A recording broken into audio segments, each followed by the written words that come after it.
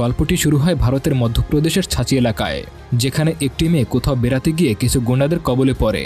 তারা মেয়েটিকে কিডন্যাপ করে ধর্ষণ করে মেরে ফেলতে চায়, কিন্তু মেয়েটি অনেক কষ্টের পর তাদের হাত থেকে পালিয়ে যেতে সক্ষম হয়। এরপরে ঘটতে থাকে একের পর এক আশ্চর্যজনক ঘটনা।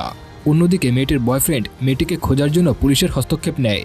এখন কথা হচ্ছে, মেয়েটি কি ওই গুন্ডাদের হাত থেকে নিজের ইজ্জত বাঁচিয়ে নিতে পারবে?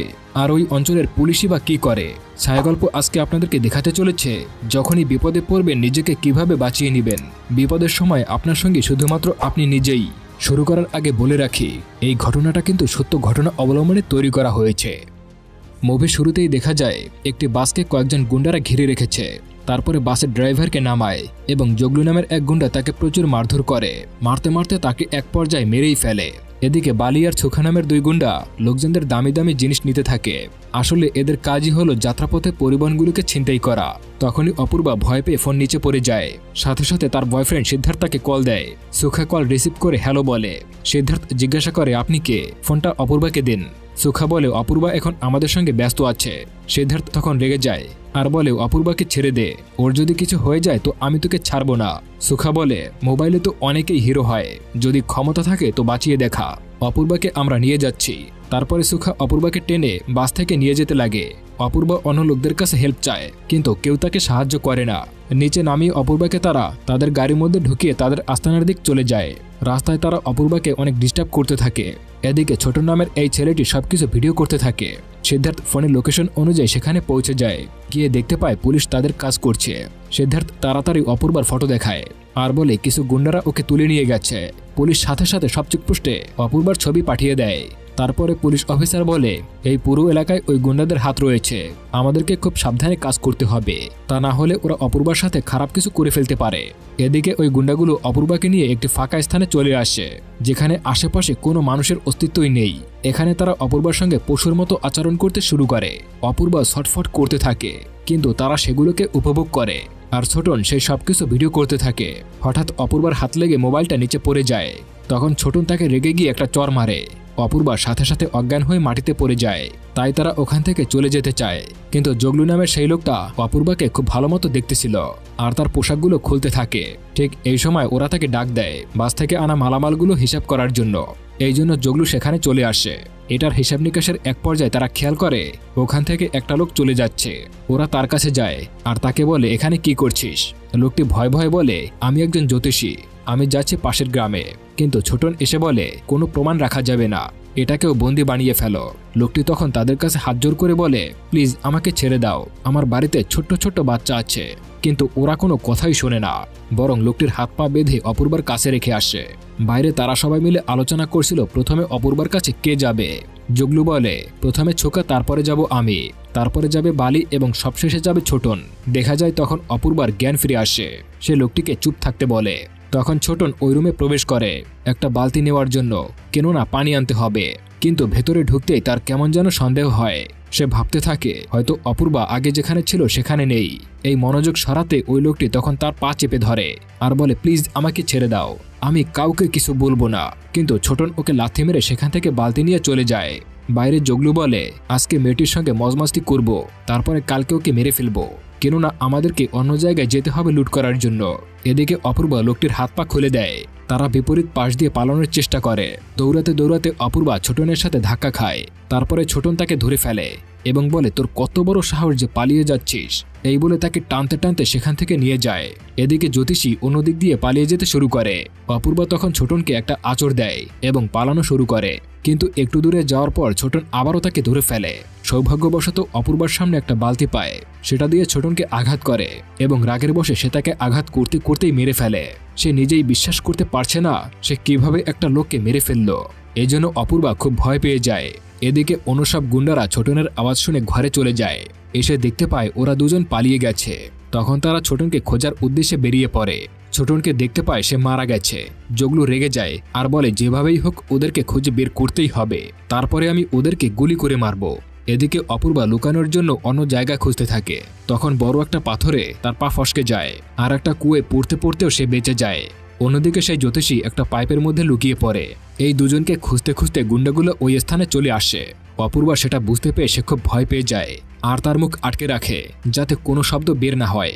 এদিকে জ্যোতিষী বালিকে পেয়ে যায় আর তাকে থাপ্পড় মেরে বাইরে বের করে আনে। এরপরে তিনজনে মিলে তাকে খুব মারতে থাকে। তারপর বলে, বল মেয়েটা কোথায়? জ্যোতিষী বলে, সত্যি আমি কিছুই জানি না। জগলু তখন রেগে তাকে একটা গুলি করে মেরে ফেলে। গুলির শব্দ শুনে অপূর্বা খুব ভয় পেয়ে যায়। বালি তখন বলে, এখানে সময় নষ্ট না করে চলো আমরা মেয়েটিকে খুঁজে বের করি। এই সবকিছু অপূর্বা ইটের ফাঁক দিয়ে দেখতেছিল। ওরা যখন লোকটির কাছ থেকে চলে যায় তখন লোকটির ফোনে একটা কল আসে। অপূর্বা এই সুযোগে দৌড়ে লোকটির কাছে চলে যায় এবং ফোনটা নিয়ে নেয়। মোবাইলের শব্দ গুন্ডারাও শুনতে পায় এবং দৌড়ে আসে মোবাইলটা নেওয়ার জন্য, কিন্তু এসে তারা কোনো ফোন পায় না। তখনই বোঝে যায় মেয়েটি হয়তো ফোন নিয়ে গেছে আর আশেপাশে হয়তো কোথাও আছে। তাই তারা এবার তন্ন তন্ন করে খুঁজতে থাকে। এদিকে অপূর্বা সুন্দর একটা জায়গা খুঁজে সেখানে সিদ্ধার্থকে কল দেয় আর বলে, এরা আমাকে মেরে ফেলবে, আমি এদের একজনকে মেরে ফেলেছি, তুমি তাড়াতাড়ি আমার কাছে চলে আসো। সিদ্ধার্থ তখন বলে, তুমি এখন কোথায় আছো? অপূর্বা বলে, আমি ঠিক জানি না, কিন্তু এখানে অনেক পুরনো বিল্ডিং ছিল, দেখে মনে হচ্ছে চারিদিকে শুধু পাথর আর ইট ছাড়া আর কিছুই নেই। তখনই সিদ্ধার্থ বলে, তুমি ওদের কারো নাম জানতে পেরেছ? সে বলে, একজনের নাম জগলু আর একজনের নাম সুখা, আমি ছোটনকে মেরে ফেলেছি। কথা বলতে বলতে অপূর্বা গুন্ডাদের পায়ের শব্দ শুনতে পায়। সুখা ওখানে এসে দেখতে পায় জায়গাটি ফাঁকা। সিদ্ধার্থ তখন ফোনে কথা বলছিল, কিন্তু তখন লাইনটি কেটে যায়। সিদ্ধার্থ অফিসারকে বলে, ওদের একজনের নাম জগলু আর একজনের নাম সুখা। অফিসার বলে, ঠিক আছে, বুঝতে পেরেছি, ওরা আসলে খুবই ভয়ঙ্কর, ওরা মানুষ মারতে একটুও দ্বিধাবোধ করে না। এরপরে আমাদেরকে রাতের সিন দেখানো হয়। পুলিশ স্টেশনে অপূর্বার বাবা মা চলে এসেছে। একটা যুবতী মেয়ে কিডন্যাপ হয়েছে, অথচ পুলিশ তেমন কোনো গুরুত্বই দিচ্ছে না।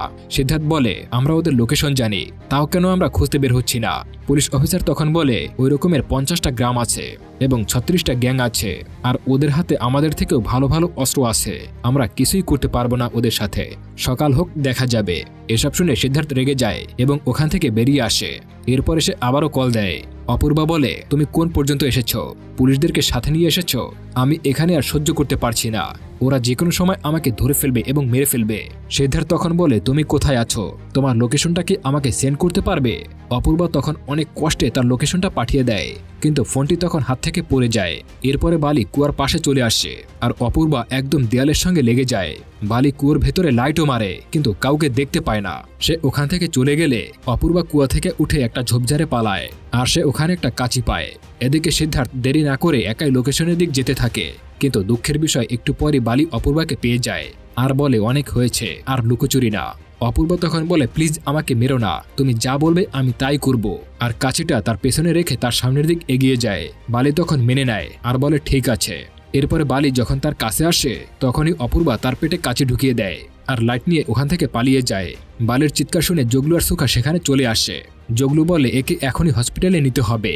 সুখা বলে, যেতে হলে তুই যা, আমি ওই মেয়েটিকে ভোগ না করে যাব না।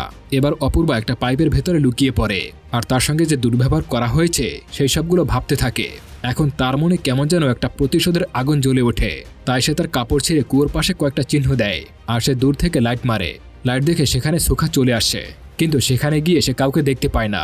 তখন তারা দুজনে চালাকি করে ঝগড়া করার অভিনয় করে, বলে বালিকে হাসপাতালে নিয়ে যেতেই হবে। এরপরে গাড়ি নিয়ে ওখান থেকে চলে যাওয়ার অভিনয় করে, যাতে করে অপূর্বা ভাবে ওরা ওখান থেকে চলে গেছে। অপূর্বা ওদের ফাঁদে পড়ে যায়। গাড়িটি ওখান থেকে চলে গেলে সে রিল্যাক্সের সামনে বেরিয়ে আসে। তখনই সুখা তার সামনে চলে আসে। বাঁচার জন্য অপূর্বা দৌড়ে পালানোর চেষ্টা করে। তখন জগলুও চলে আসে। তখন সুখা বলে, গুলি চালাবে না, মেয়েটিকে আমাদেরকে জীবিত ধরতে হবে। এবারে অপূর্বা সেই চিহ্ন দেখতে পায় আর জগলুকে পেছনে পেছনে দৌড়ে নিয়ে সেই কুয়ে ফেলে দেয়। কুয়োয় পড়ে গিয়ে জগলু জোরে জোরে সুখাকে ডাকতে থাকে। সুখা আসলে বলে, এখান থেকে সিঁড়ি অনেক উপরে, প্লিজ আমাকে বাঁচাও, আমি সিঁড়ি ধরতে পারছি না। সুখা তখন যায় দড়ি আনতে। এরপরে অপূর্বা সেখানে এসে টর্চ মারে। জগলু সুখা ভেবে সাহায্য করতে বলে। অপূর্বা তখন তার চেহারায় টর্চ মারে। তাকে দেখে সুখা ভয় পেয়ে যায়। অপূর্বা এবার পাথর ফেলতে থাকে। কয়েকটা পাথর ফেলে জগলুকে একেবারে মেরে ফেলে। এদিকে সুখা জগলুর চিৎকার শুনে দৌড়ে সেখানে চলে আসে। এসে দেখতে পায় সে আর নেই। জগলুর লাশটা পানির উপরে ভাসছে। এখানেই শেষ নয়, অপূর্বা গাড়ির কাছে গিয়ে বালিকেও মেরে ফেলে। সুখা বালির চিৎকার শুনে গাড়ির কাছে চলে আসে। এসে দেখতে পায় বালি মৃত অবস্থায় পড়ে আছে। সুখা তখন অনেক রেগে যায় আর গাড়িতে এলোপাথারি গুলি করতে শুরু করে। তারপরে সুখা যখন গাড়ির বনেট খুলতে যায় তখন তার উপর দিয়ে অপূর্বা গাড়ি চালিয়ে দেয়, কিন্তু সুখা কোনো মতে বেঁচে যায় আর সে গাড়ি চালিয়ে চলে যায়। অন্যদিকে সিদ্ধার্থ সেখানে পৌঁছে যায় আর অপূর্বাকে খুঁজতে থাকে। অপূর্বা গাড়ি চালিয়ে একটা ঝোপঝাড়ের মধ্যে আটকে যায়। তখন জোরে জোরে গাড়ির হর্ন বাজাতে শুরু করে। তাও সে হার না মেনে জঙ্গল ভাঙতে ভাঙতে সামনের দিক এগিয়ে যায়। সুখাও সামনে চলে আসে। সে গাড়ির উপর দাঁড়িয়ে অপূর্বাকে দেখে ফেলে, বলে আমি তোমাকে দেখে ফেলেছি, দাঁড়াও আমিও আসতেছি। ততক্ষণে অপূর্বা রেল লাইনে চলে আসে, কিন্তু দুর্ভাগ্যবশত তার চলার কোনো শক্তি নেই। একটু পরে সুখাও সেখানে চলে আসে, আর তার শব্দ শুনে অপূর্বা আবার উঠে দাঁড়ায়। সুখা অপূর্বার দিক এগিয়ে যেতে থাকে।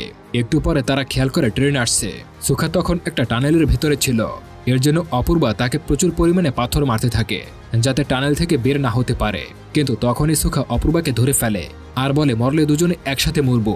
এই বলে ট্রেনের সামনে দাঁড়িয়ে যায়, কিন্তু অপূর্বা তার হাত কামড়ে দিয়ে নিজেকে ছাড়িয়ে নেয়। ট্রেন তাদের মাঝখান দিয়ে চলে যায়। অপূর্বা ভাবে হয়তো সে মারা গেছে, তাই সে একটু স্বস্তির নিঃশ্বাস নেয় আর সে সামনের দিক এগিয়ে যেতে থাকে। কিন্তু তখনই সুখা আহত অবস্থায় অপূর্বার পা চেপে ধরে আর বলে প্লিজ আমাকে বাঁচাও, আমি তোমার কোনো ক্ষতি করিনি, আমি তোমাকে বিয়ে করতে চাইছিলাম। অপূর্বা তখন একটা পাথর তুলে তাকে মেরে ফেলে। এরপরে সে আস্তে আস্তে ট্রেনের কন্ট্রোল রুমে চলে আসে। সেখানে গিয়ে বলে দয়া করে একটা কল করা যাবে, আমার খুবই দরকার। তারপরে ফোন নিয়ে সে সিদ্ধার্থকে কল করে। সিদ্ধার্থ তখন বলে কোথায় তুমি, আমি তো চলে এসেছি। আর এই দৃশ্যের মাধ্যমে মুভিটা এখানেই শেষ হয়ে যায়। আসলে মানব জীবনে কিছু কিছু সময় চলে আসে যেখানে নিজেকে একাই সার্ভাইভ করতে হয়। আপনি বিপদে পড়লেও সবাই আপনাকে সাহায্য করতে চাইলেও হয়তো সময় বা সবার পক্ষে হয়ে উঠবে না। এর জন্য অন্য কারোর উপর ডিপেন্ড না হয়ে নিজেকেই টিকে থাকতে হয় এই সুন্দর পৃথিবীতে। কি বন্ধুরা, আমি কি ভুল বললাম নাকি? মুভিটা কিন্তু এমনই একটা শিক্ষা দেয় আমাদেরকে। আর এই মুভিটাও কিন্তু ভারতের এক সত্য ঘটনা অবলম্বনে তৈরি করা হয়েছে। কেমন লাগলো এই ঘটনাটা অবশ্যই কমেন্ট করে জানাবেন। আপনাদের কমেন্ট আমাকে ভিডিও বানাতে উৎসাহিত করে।